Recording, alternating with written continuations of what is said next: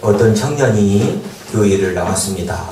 성실하고 착해서 목사님은 그렇게 말씀을 했습니다. 여복의 청년, 열심히 주의 일을 하면은 하나님이 선물을 주셔. 그래서 목사님의 말씀을 믿고 수개월 동안 열심히 했는데 선물은 그냥 손에 쥐기 아무도 없어요. 그래서 목회실은 문을 두드리고 그 청년이 이제 목사님으로 면담을 하는 거예요. 몇 개월을 수고했는데 손에 쥐기 하나도 없습니다. 그때 목사님이 다시 한번 얘기합니다. 앞으로 2년만 열심히 해봐라. 그냥 집사입니다. 이 청년이 너무너무 꿈에 부풀려하고 열심히 일하는 거예요. 열심히 하는데 1년 딱 지나니까 옆에 있는 집사님 얘기해 주는 거예요. 그거 집 사주는 게 아니라 집 사준다는 뜻이야. 그러니까 청년이 그 집사가 뭐냐고 묻는 거예요. 예수님이 그 집사님이 설명을 해줍니다. 집사는 가정놀이의 경우는 모든 일을 총맡아 일하는 총무리 역할처럼 교회 안에서 맡은 일에 충성되게 일을 하라고 직분을 주는 거라.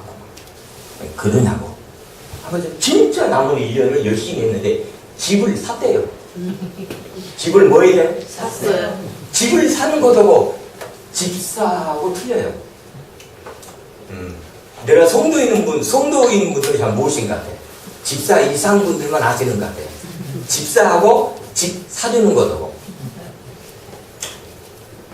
하나님을 성실하게 믿잖아요. 집 사는 것 외에 분명한 선물이 있습니다. 다양하게 나타납니다. 왜 나는 하나님을 믿는데도 고난을 당하지? 그거요, 하나님은 사랑이에요. 병원에 왜 갑니까? 아프니까 가는 거예요. 평생 살면서 단 한 번 안 아프니까 그 사람은 위험한 사람이에요. 나는 허구한 날 잔병치레를 잘하냐? 이 초겨울 그래도 내가 또 하나 이 병을 안고 이 한 해를 지내냐? 걱정하지 말라는 거예요. 잔병이 많을수록 병원을 가까이 의사를 접하게 되면은 더 치료를 해서 단 한 방에 아픈 사람보다 더 훨씬 나게 해준다는 거예요. 왜 세상에 찢기고 고난을 당하게 하느냐? 하나님을 찾아라는 거예요. 영혼의 의사인 하나님을 찾아라는 거예요. 그러셔서 여러분의 영혼이 치료를 받으시고 찢긴 심령이 싸매을 받으시고 격려와 위로와 성쾌함을 받는 구원의 심령이 되시기를 예수님의 이름으로 축원드립니다. 어느 마을에 시장에 사람을 찍는 사진기가 등장이 됐어요. 사람의 마음을 찍는 사진기가 등장이 돼서 어떤 정치인을 딱 찍었는데 돈다발이 나왔어요. 돈 많은 사장을 딱 찍었더니 술 먹고 여자가 나왔어요. 크게 생긴 남자를 딱 찍었더니 늑대가 나왔답니다.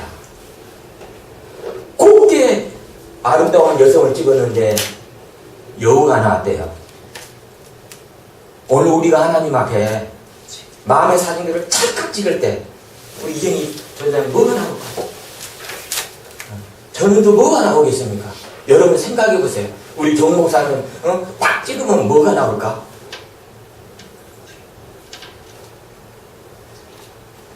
느낌 모르시겠어요? 딱 찍으면 뭐가 나오실까? 저는 그렇게 생각합니다. 나는 여러분 전 교인들이 나올 것 같아요. 요 정도면은 주거니 받으니까 이제 돼야죠. 여러분 딱 찍으면 뭐가 나와야 되겠습니까? 그래도 나를 인도하는 목회자가 나오고 나를 구원하신 하나님도 나오고 할렐루야. 아멘. 그렇지만 꼭 그런 마음만 나오겠습니다. 상한 심령도 나올 것이고 마음이 찢겨서 고난당하고 훈련을 이겨내기 위해서 스름스름 앓고 그리고 널찍고 설진 문제가 해결되지 않아서 항상 고민하는 그런 사람의 마음도 나올 겁니다. 또 어떤 분은 불의한 마음도 나올 거고 강팍한 사람도 나올 거고 때로는 정직한 사람의 마음도 찢겨 나올 거고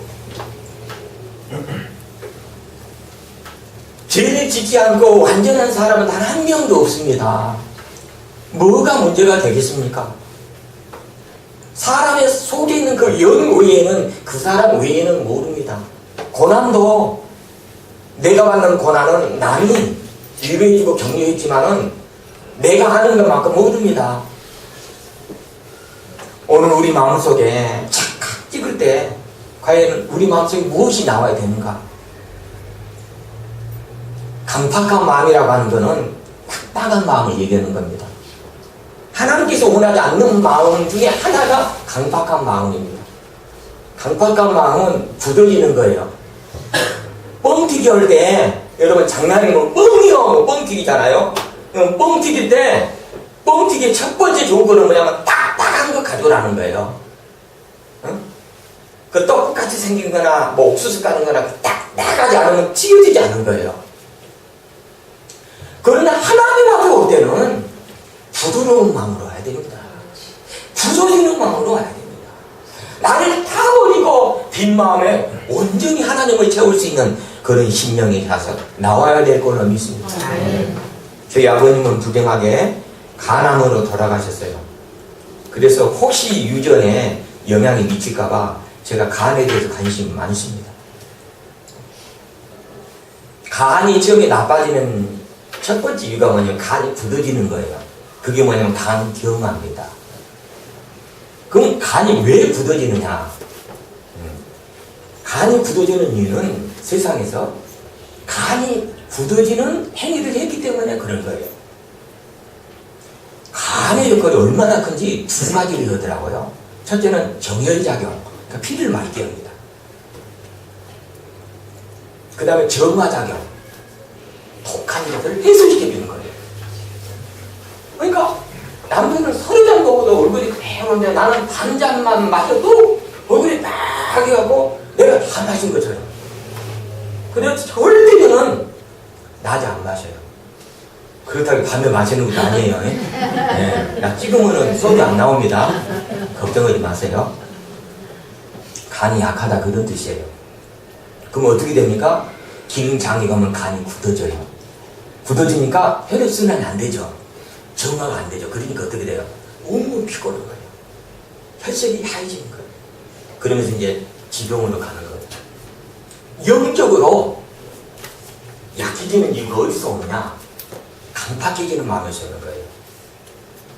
세상을 살다 보면 먹을 것, 입을 걸 걱정하니까 뭐 이런저런 사정을 가지고 살지만 하나님의 성제로 오셔서 여러분의 첫 번째 자세가 뭐냐면은 강팍한 마음을 떼트려야 됩니다. 그래서 성경에는 그렇게 얘기합니다.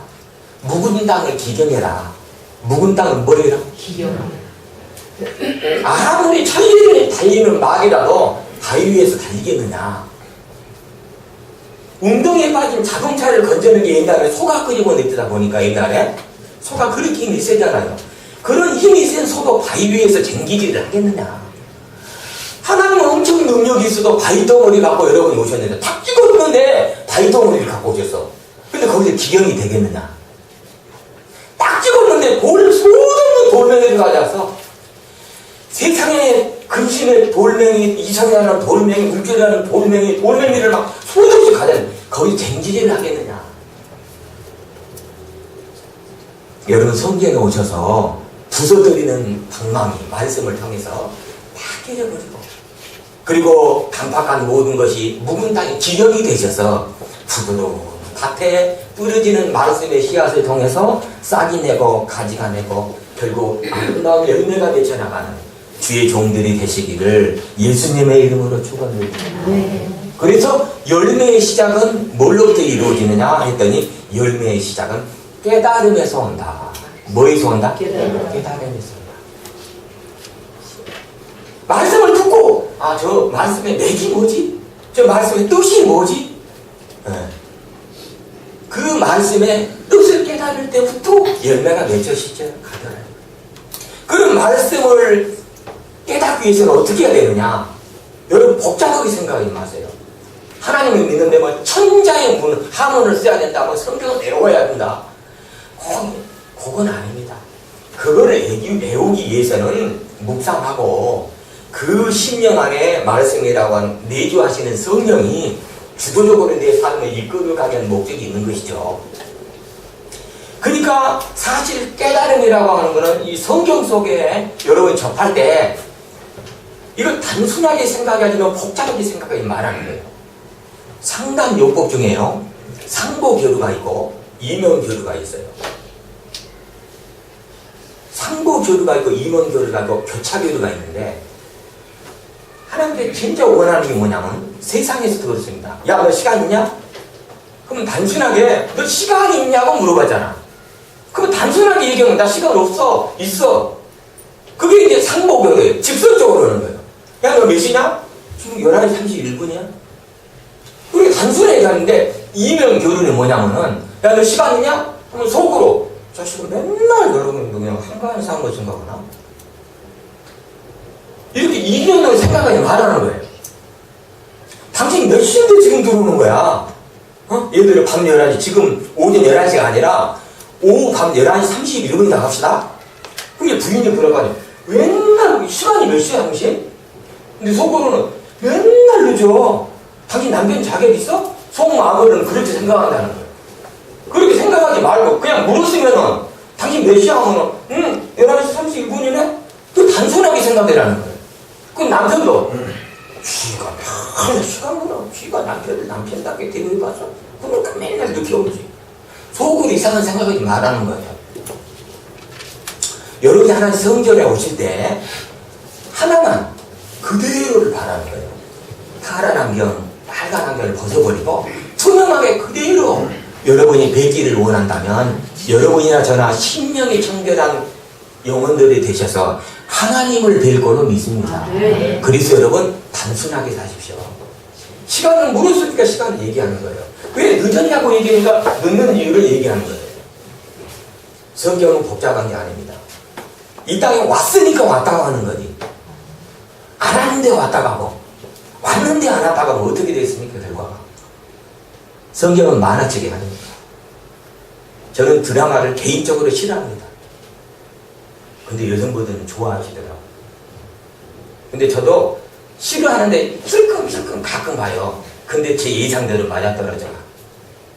이상한 관계에서 막 헤어질 듯 하는데 나중에 또 만나보니까 회장의 아들이라는 등 뭐 이상한 관계에서 헤어질 뻔했는데 나중에 또 길거리에 만날 확률이 5,000분이 일이요. 5천만 명의 일이란 말입니다. 근데 그렇게 만나. 그러니까 내가 생각할 때는 어렸을 때부터 드라마는 짜증 각본에 의해서 바보 상자 같다. 그것만 보면은 그 생각 속에 다 가야 되니까. 저게 그럴 수가 없는데, 그렇게 되기가 힘든데. 로또 복권 그거, 그 당첨이 벼락 맞아 죽는 확률보다 더 높대잖아요. 근데 벼락 맞았다는 소식이 자주 들립니까? 그렇지 않잖아요.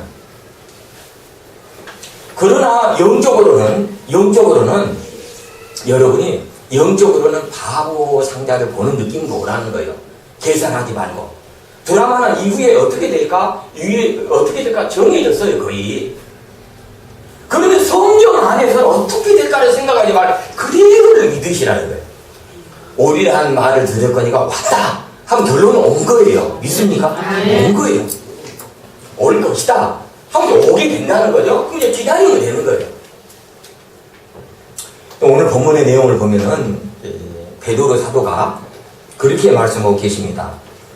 너희 마음에 영혼의 구주를 삼으신 그리스도를 영접했다면 15절이죠. 거룩한 행위를 통해 선한 일을 해라. 그 다음에 너희 속에 무엇이 있느냐고 묻는다면 항상 대답할 것을 준비해라. 너는 뭐 때문에 사냐? 목적이 뭐냐? 소망이 뭐냐? 얘기하면은 분명한 목적을 얘기할 수 있는 그런 신앙으로 살아나는 거예요. 하나님께서 모세를 부를 때 그 모세의 목적은 뭐냐? 그럼 이집트에서 끄집어내서 가나안으로 인도하는 거예요. 인도를 갖는 과정 속에 따라가는 갈렙의 목적은 뭐냐? 내가 모세를 따라서 가나안에 입성하는 거예요. 예수님 12제자를 불렀어요. 부르신 제자의 목적은 뭐냐? 부르신 분의 구속의 역사를 완성해내는 거예요. 오늘 왜 우리를 불렀느냐? 왜 하나님 나를 불렀지? 하면은 그 목적에 관한 해답이 이제 전도사님들이나 저를 통해서 증거되는 이 말씀을 통해서 해답이 분명히 있을 걸로 믿습니다.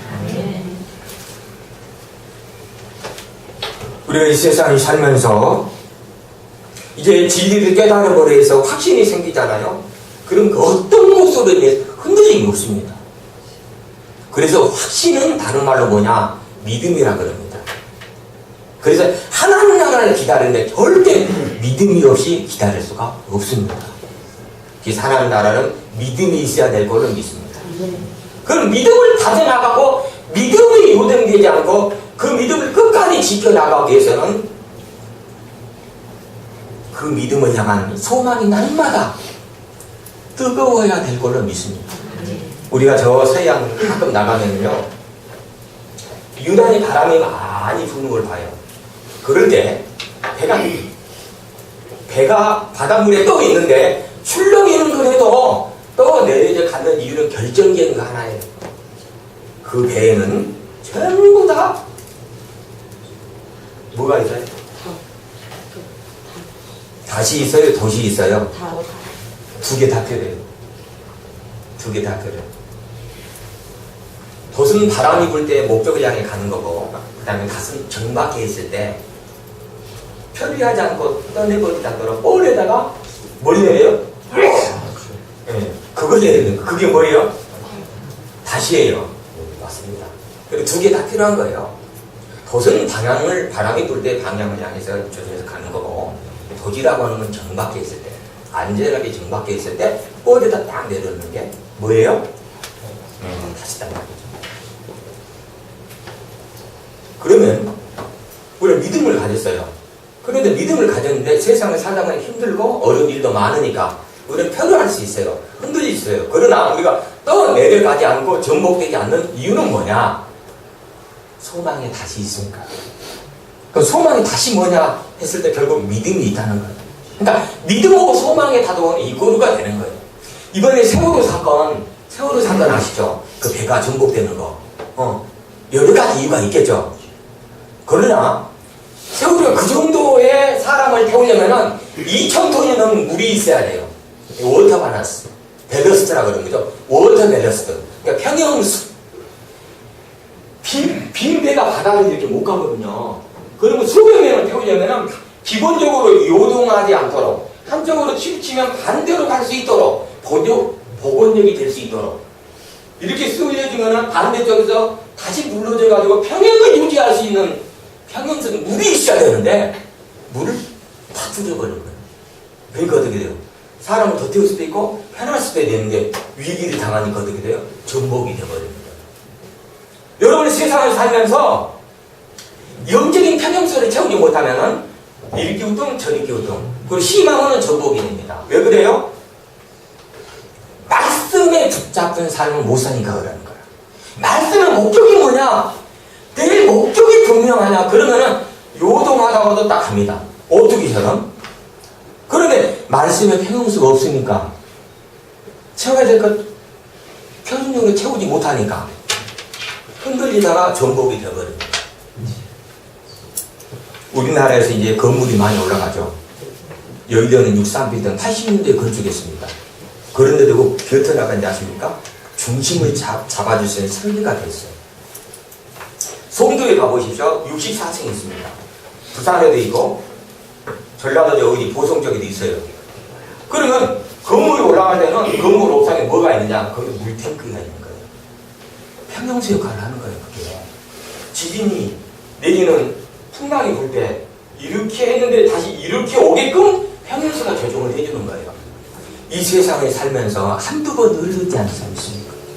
세상을 서너 번 환난을 당하지 않는 사람이 어디 있겠습니까? 그런데도 불구하고 오늘 우리가 하나님의 성전을 잡고 흔들림이 없이 세워나가는 것은 영적인 분명한 목적이 확실하기 때문인 걸 믿습니다. 그래서 여러분 성경의 목적이 뭐냐는 걸 알아내십시오. 히브리서 11장을 한번 찾아 읽어보시면 히브리서 11장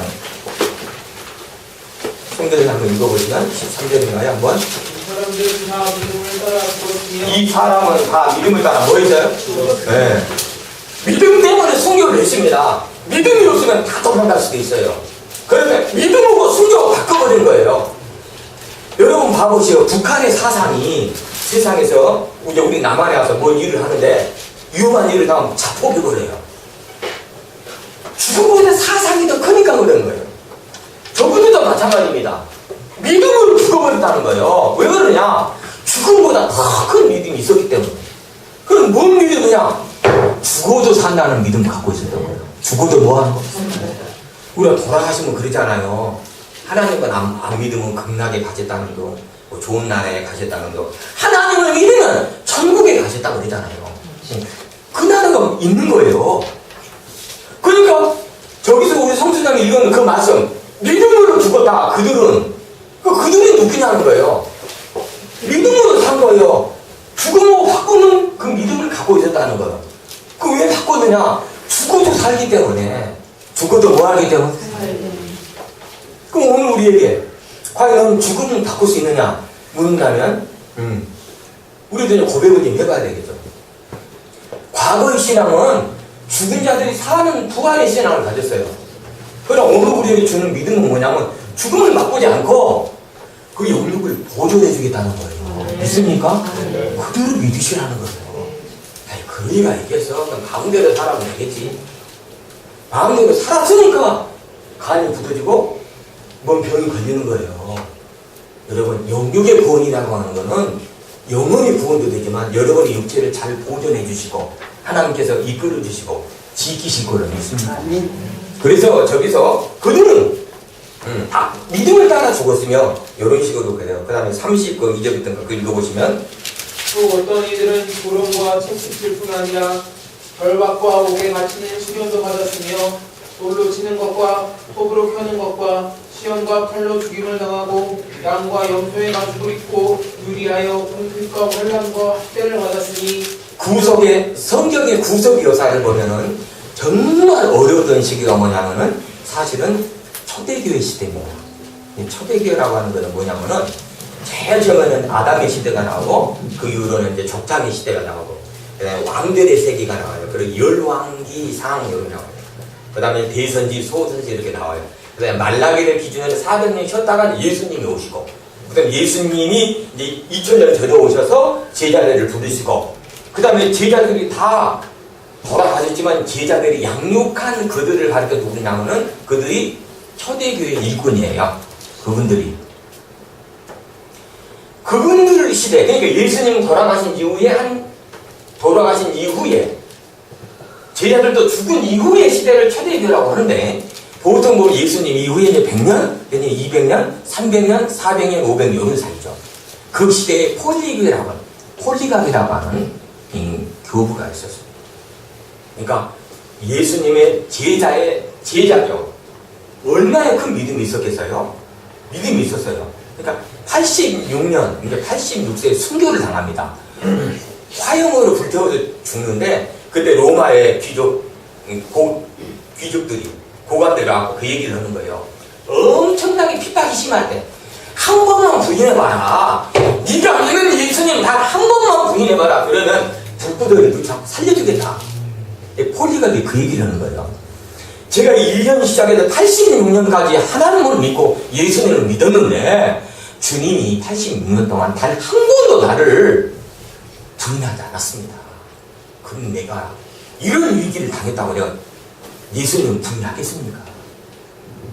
우리 이 세상을 살면서요, 넘어질 만한 일들, 아니면 좌측이든 우측으로 전복될 수 있을 만한 일들, 시편의 말씀처럼 미끄러질 뻔한 일들은 많으나 하나님의 약속을 끝까지 붙든 사람은 절대로 떠나가지 않습니다. 그러니까 떨어져 나가지 않는다 그 뜻이에요. 불신의 세계로 가지 않는다 그런 뜻입니다. 하나님을 향한 약속의 줄을 끝까지 붙들고 있는 자는 뻘에 내려진 다도고 연결되어 있는 거예요. 뻘에 내려진 다시 뭔지 아세요? 하나님을 향한 소망인 줄 믿습니다. 그러니까 여러분 성경에 오셔서 나를 부르신 목적이 하나님 나라구나. 속히 진리를 깨달아서 열심히 해야 되겠구나. 그 어떤 것도 나를 해야 수 없구나. 그런 확신을 갖는 일꾼들이 되시기를 원합니다. 그래서 그들은 믿음으로 죽었어요. 근데 어떻게 죽었냐 했더니 터블의 기험을 당하고 화형을 당하기도 하고 그 다음에 순교를 당하고 그런 여러 가지 일들이 많았다. 그걸 지금 읽고 있는 거예요. 또 읽어보시면 이런 사람은 세상이 감당하지 못하였느니라. 그들이 광야와 산과 동굴과 토굴에 유리하였으니라. 이 사람들은 다 믿음으로 말미암아 증거를 받았으나 약속된 것을 받지 못하였으니 네. 믿음으로 순교를 하고 죽기도 했는데 대신 영의 구원은 있었지만 약속은 없었다냐 그런 뜻이에요. 그럼 저기서 말하는 약속은 뭐냐?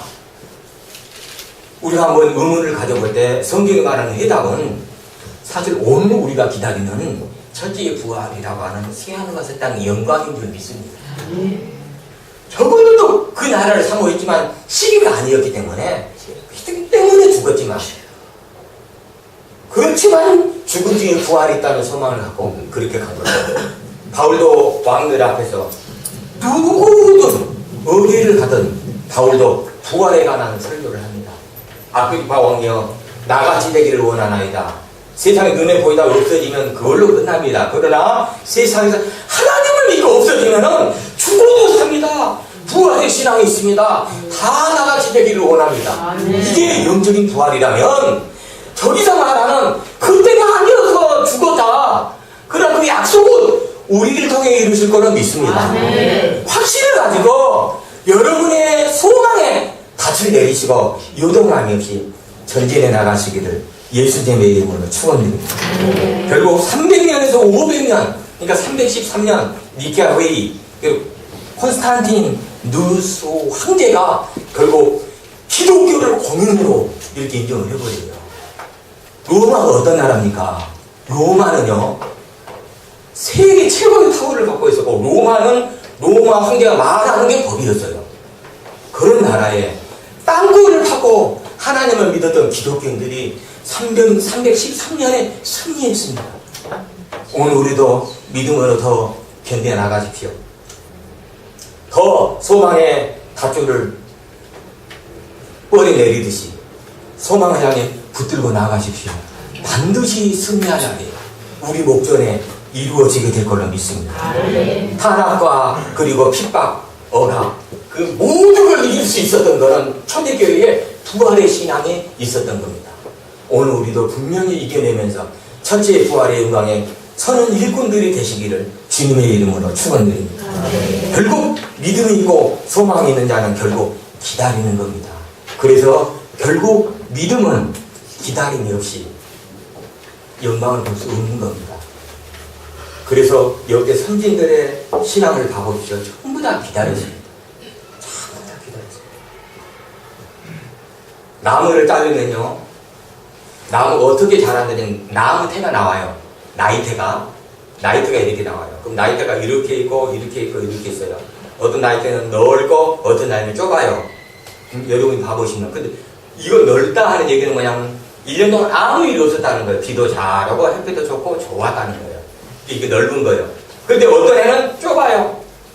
그리고 이그러졌어요. 그럼 가뭄이 왔다는 거예요.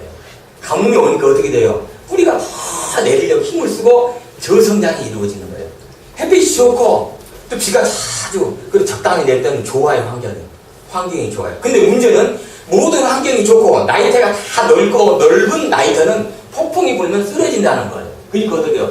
지금까지 남겨진 나무는 큰 나이테도 있고 적은 나이테도 있고 그 다음에 꼬부러진 촘촘한 나이테도 있어서 견뎌낸다는 거예요. 우리들이 삶 속에 어려움이 오고 고난과 핍박이 오고 해결되지 않는 일들이 이렇게 빨리빨리 진행되지 않는 이유는 뭐냐? 영적으로도 굳세게서 나가기 위한 하나님의 목적이 분명히 있는 줄로 믿습니다. 그래서 소망은 기다리는 자에게, 소망은 그렇게 준비된 자에게 영광이 주어지게 될 거로 믿습니다. 우리에게도 신앙의 나이테, 여러분 살펴보면 흔적을 알 수 있어요. 지난날의 삶을 보세요. 모든 게 형통했고 아무 일이 없이 집까지 왔습니까? 따지고 보면은 형통하고 아무 일 없는 일보다 소도 없는 일들이 더 많았을 겁니다. 그 하나님 목적은 뭐겠습니까? 어떤 풍랑에도 표기하지 않고 떠나가지 않고 굳세게 풍랑을 이겨내기 원하는 하나님의 원대한 뜻이 있다는 사실을 마음으로 인식하시고 기다리십시오. 인내하십시오. 반드시 승리하게 될 거로 믿습니다. 좋은 철은, 좋은 강철은 반드시 용광로를 거쳐야 됩니다. 철을 깎는 거는, 깎임을 당하지 않고 내가 저 철을 깎는 거는, 이 철은 담금질을 된 거예요. 용광로에 들어가다 나온 거예요. 담금질이 됐기 때문에 저 쇠를 깎는 거예요. 우리가 세상을 살면서 깎임을 당하지 않고 고난을 당하지만 쓰러지지 않고 좌측으로 쓰러질 것 같은 것도 일어나고 우측으로 쓰러질 것 같은데 평형을 유지하고 정복되지 않고 오늘 우리가 당당히 하나님의 성전을 찾을 수 있었던 것은 하나님을 깎이지 않는 은혜를 줬기 때문인 줄로 믿습니다. 잘 걸어오셨습니다. 지금까지. 앞으로도 은혜를 가장 우선으로 생각하시고 찰칵 찍을 때, 그리고 소망이 가득 찬 그 사진이 나오고, 찰칵 찍을 때 하나님 나라가 나오고, 찰칵 찍을 때 나를 인도한 종님이 나오고, 찰칵 찍을 때 그 어느 것도 빈틈이 없는 성령의 충만한 일꾼들이 다 되셔서 묻는다면 분명한 대답을 할 수 있는 일꾼들이 되시며 구원의 한년에 서시기를 예수님의 이름으로 축원드립니다. 말씀을 마치겠습니다.